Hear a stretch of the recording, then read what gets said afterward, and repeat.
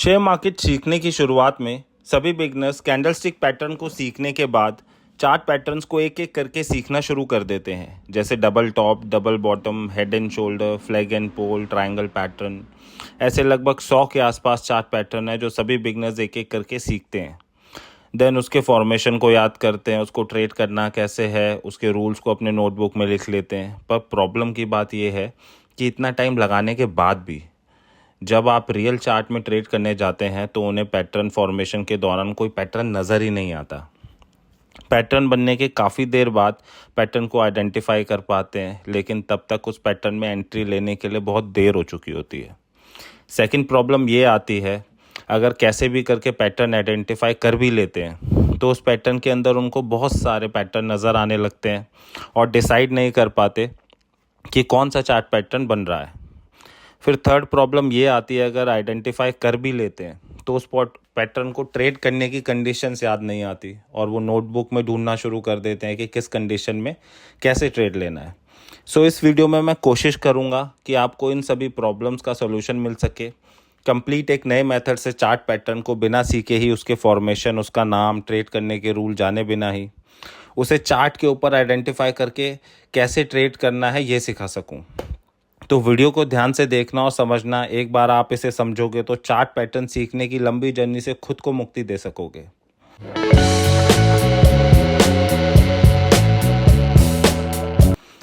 कोई भी chart pattern बनता है कुछ कैंडल को एक साथ मिला के, और कैंडल्स बनते हैं प्राइस एक्शन से। जब भी कुछ कैंडल चार्ट पैटर्न पे इस तरह फॉर्म होते हैं कि उसके फॉर्मेशन से आगे आने वाले टाइम में प्राइस कहाँ जा सकता है उसका एक अंदाज़ा लग जाता है। तो उस फॉर्मेशन के बनने के शेप के हिसाब से अलग अलग पैटर्न्स का नाम दिया गया है। अब कैंडलस्टिक के हेल्प से चार्ट पैटर्न को आइडेंटिफाई किया जा रहा है। यहाँ हमें क्लियर हो रहा है कि पैटर्न्स बनता है कैंडल से एंड कैंडल्स बनते हैं प्राइस एक्शन से। तो हम इस चार्ट पैटर्न के कॉन्सेप्ट को हमारे सीखने की जर्नी से निकाल देंगे एंड डायरेक्ट हम प्राइस एक्शन से ही जानेंगे कि यहाँ जो कैंडल्स का फॉर्मेशन हुआ है इससे आगे आने वाले प्राइस से क्या हो सकता है।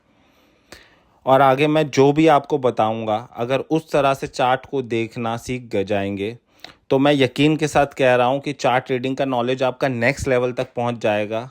प्राइस एक्शन को समझने के लिए आपको 3 चीज़ों को समझना बहुत ज़रूरी है। First, trending move, second, retracement move, third, swing points. एक एक करके इन तीनों का कॉन्सेप्ट पहले हम क्लियर कर लेते हैं। ट्रेंडिंग मूव, अगर प्राइस स्ट्रॉन्ग बुलिश कैंडल बना के अप ट्रेंड में जा रहा है तो उस स्ट्रॉन्ग बुलिश कैंडलस्टिक पैटर्न को ट्रेंडिंग मूव कहेंगे। एंड क्योंकि यहाँ पे प्राइस अपसाइड जा रहा है इसलिए इसे अपवर्ड ट्रेंडिंग मूव कहेंगे। वाइस वर्सा, अगर प्राइस स्ट्रॉन्ग बेरिश कैंडल बना के नीचे जा रहा है तो उस स्ट्रॉन्ग बेरिश कैंडलस्टिक मूव को ट्रेंडिंग मूव कहते हैं।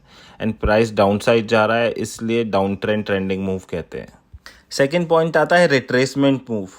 प्राइस जब अप ट्रेंड में जा रहा होता है तो बीच बीच में थ्रो बैक करता है एंड जब डाउन ट्रेंड में जा रहा होता है तो बीच बीच में पुल बैक करता है। इसी throw back and pull back के दौरान जो प्राइस मूवमेंट होता है इसे रिट्रेसमेंट मूव कहते हैं। इस रिट्रेसमेंट मूव में अगर कैंडल का साइज अपने मेन फ्रेम के कैंडल साइज से बड़ा बनने लग जाता है तो इसका मतलब अप ट्रेंड के ऊपर से बायर का कंट्रोल कम हो रहा है। इस चीज़ को इंडिकेट करता है और यहाँ से प्राइस नीचे जाने की प्रोबेबिलिटी बढ़ जाती है। एंड डाउन ट्रेंड के ऊपर से सेलर्स का कंट्रोल कम हो रहा है, इस चीज़ को इंडिकेट करता है एंड प्राइस यहाँ से ऊपर जाने की प्रोबेबिलिटी बढ़ जाती है। अब थर्ड पॉइंट आता है swing points. Swing points price के swing high and swing low को कहते हैं। Swing high and swing low chart के उस प्राइस एरिया को इंडिकेट करता है जहाँ से प्राइस रिवर्स होता है। अगर स्विंग हाई एंड स्विंग लो लगातार ऊपर की ओर मूव कर रहा है तो उसे अप ट्रेंड कहते हैं। इस दौरान प्राइस के ऊपर बायर्स का कंट्रोल होता है एंड अगर स्विंग हाई एंड स्विंग लो लगातार नीचे की ओर मूव कर रहा है तो इसे डाउन ट्रेंड कहते हैं। इस दौरान प्राइस के ऊपर सेलर्स का कंट्रोल होता है।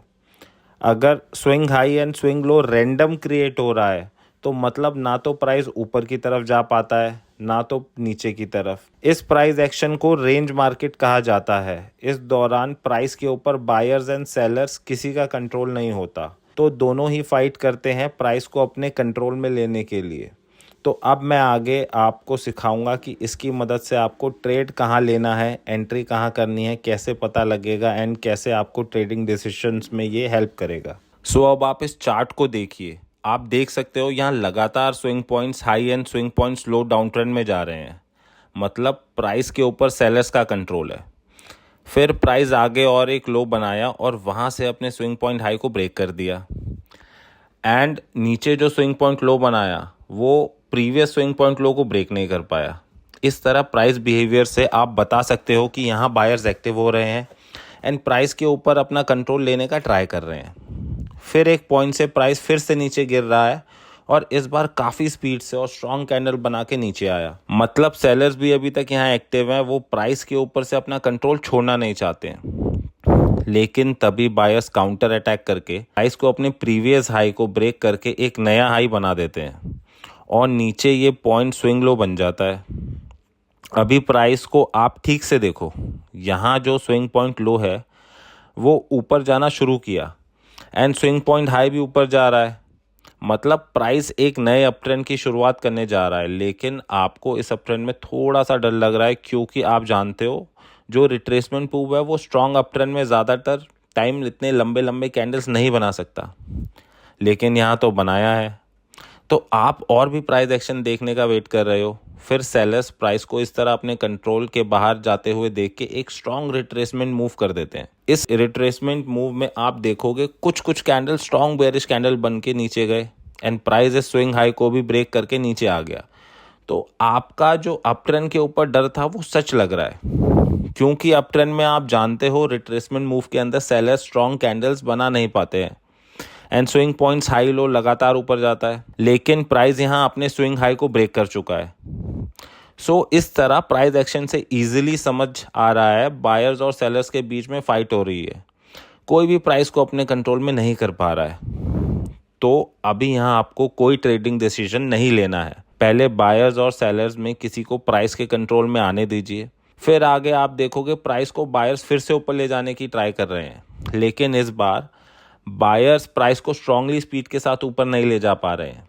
यहाँ प्राइस धीरे धीरे ऊपर जा रहा है, मतलब सेलर्स भी प्राइस को यहाँ अपने कंट्रोल में लेने की बहुत ट्राई कर रहा है। तो अभी प्राइस जहाँ से डाउन ट्रेंड को ब्रेक करके ऊपर आया था वहाँ से आप ध्यान से प्राइस एक्शन को देखोगे तो आपको दिखाई देगा प्राइस उसी एरिया पर बार बार सपोर्ट ले रहा है, मतलब बायर्स इस एरिया को ब्रेक होने से स्ट्रांगली प्रोटेक्ट कर रहे हैं। तो इतना अगर आपको समझ आ रहा है तो आप इजीली एज्यूम कर सकते हो कि सेलर्स अगर बायर का इस स्ट्रांगली प्रोटेक्टेड एरिया को एक बार ब्रेक कर देते हैं तो बायर्स पीछे हटना शुरू कर देंगे और सेलर्स फुली प्राइस के कंट्रोल में आ जाएगा। तो आप शॉर्ट सेल का पोजीशन बनाने के लिए इस एरिया को ब्रेक होने का इंतजार कर रहे हो, तो आप सिर्फ और सिर्फ प्राइस एक्शन एंड उसके ऊपर अपना अंडरस्टैंडिंग कितना है उस पर बेस करके इस डिसीजन पर पहुंचे हो। तो ये डिसीजन तक पहुंचने के लिए आपको कोई चार्ट पैटर्न का ज़रूरत नहीं पड़ा, लेकिन आप अनजाने में यहाँ 2 चार्ट पैटर्न को रीड कर चुके हो। वो जो 2 चार्ट पैटर्न आपको बताता है वो चीज़ आप यहाँ प्राइस एक्शन की हेल्प से निकाल चुके हो। अगर आप चार्ट पैटर्न को जानते हो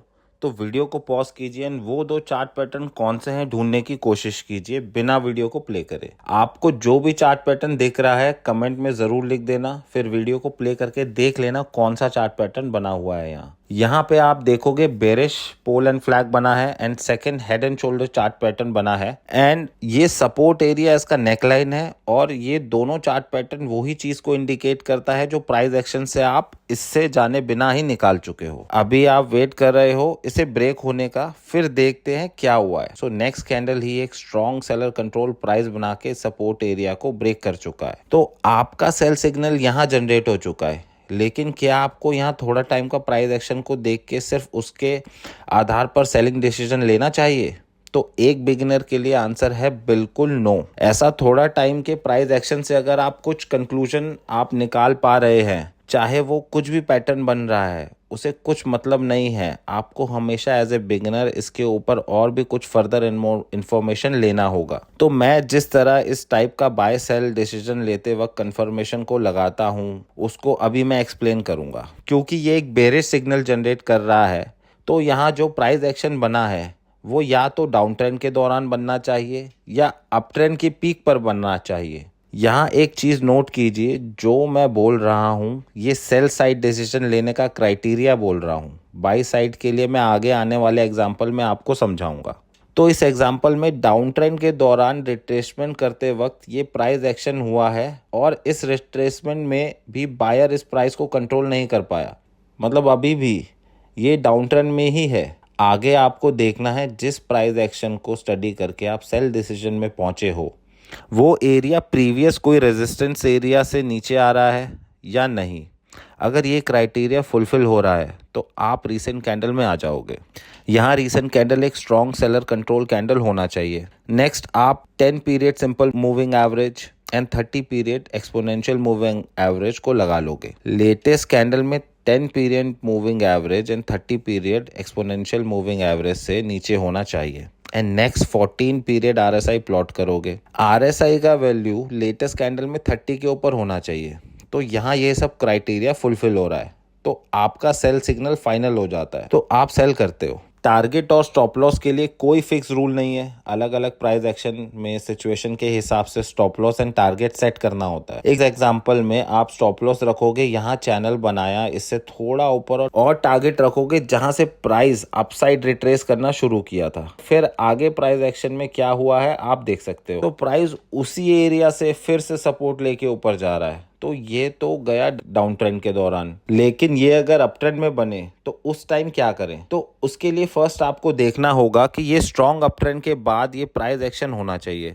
सेकंड, इस प्राइस एक्शन के अंदर कोई भी एक कैंडल का 14 पीरियड का RSI वैल्यू 70 के ऊपर होना चाहिए एंड लेटेस्ट कैंडल का क्लोज 10 पीरियड मूविंग एवरेज के नीचे होना चाहिए and 10 period moving average recent कुछ पीरियड में डाउन स्लोप में जा रहा होना चाहिए। अगर ये सब कुछ क्राइटेरिया फुलफिल कर रहा है तो आप यहाँ प्राइस एक्शन से मिला हुआ शॉर्ट सेल का डिसीजन फाइनल कर सकते हो।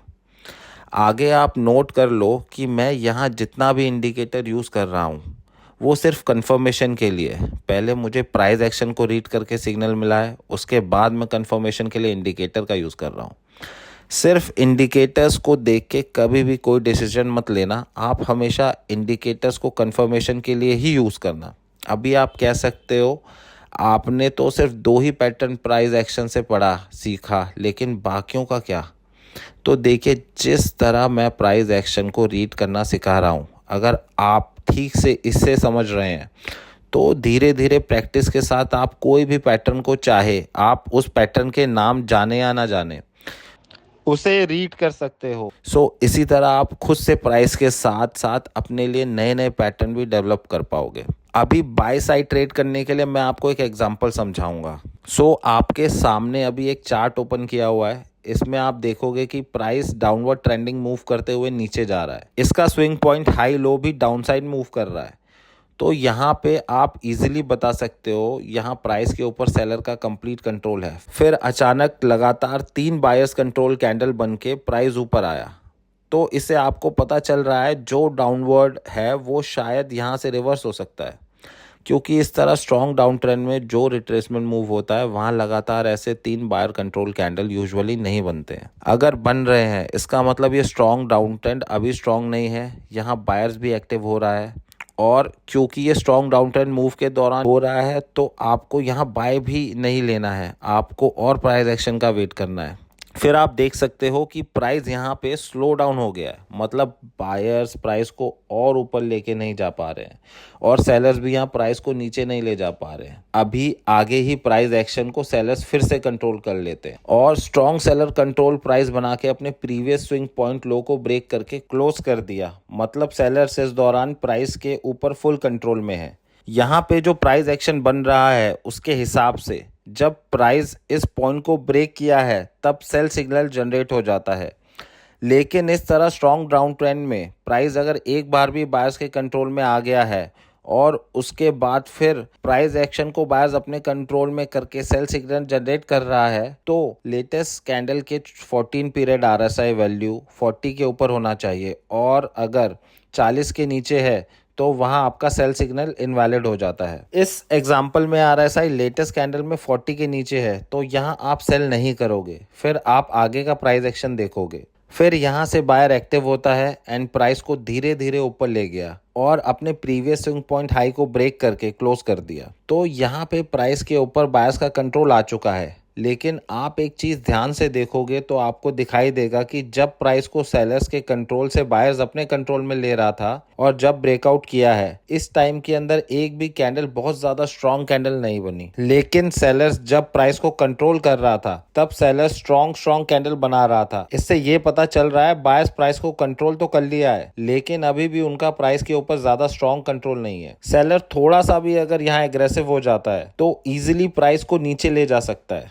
तो आपका यहाँ बाय सिग्नल जनरेट नहीं होता है, आपको वेट करना है। प्राइस अगर इसी एरिया पे स्लो डाउन होके कोई स्ट्रॉन्ग बुलिश कैंडल बनाता है या फिर इस एरिया में थ्रोबैक करने के बाद कोई स्ट्रॉन्ग बुलिश कैंडल बनाता है, तब आपको बाय सिग्नल जनरेट होगा। तो आगे आप देख सकते हो प्राइस इस एरिया में थ्रोबैक करने के बाद एक स्ट्रॉन्ग बुलिश कैंडल बनाया है। इससे हमें पता चल रहा है ये जो सपोर्ट एरिया है ये बायर्स के लिए काफी स्ट्रॉन्ग सपोर्ट एरिया है। इजीली सेलर्स इस एरिया को ब्रेक नहीं कर पाएंगे और इस एरिया के ऊपर एंड बायर का प्राइस के ऊपर अभी स्ट्रॉन्ग कंट्रोल है। तो प्राइस एक्शन के हिसाब से यहाँ बाय सिग्नल जनरेट हो चुका है। अभी इसके ऊपर कुछ कंफर्मेशन भी लेना होगा, लेकिन इसके पहले आप वीडियो को पॉज करें, वीडियो को लाइक करें, चैनल को सब्सक्राइब करें एंड कमेंट करें वीडियो आपको कैसा लगा। तो क्या यहाँ आपको तुरंत बाय कर लेना है? तो नहीं, आपको कंफर्मेशन लेना है क्योंकि ये एक बुलिश सिग्नल जनरेट कर रहा है। तो प्राइस एक्शन अप ट्रेंड के दौरान बनना चाहिए या फिर स्ट्रॉन्ग डाउन ट्रेंड के पीक पर जहां रिवर्स होने का चांस है वहां बनना चाहिए।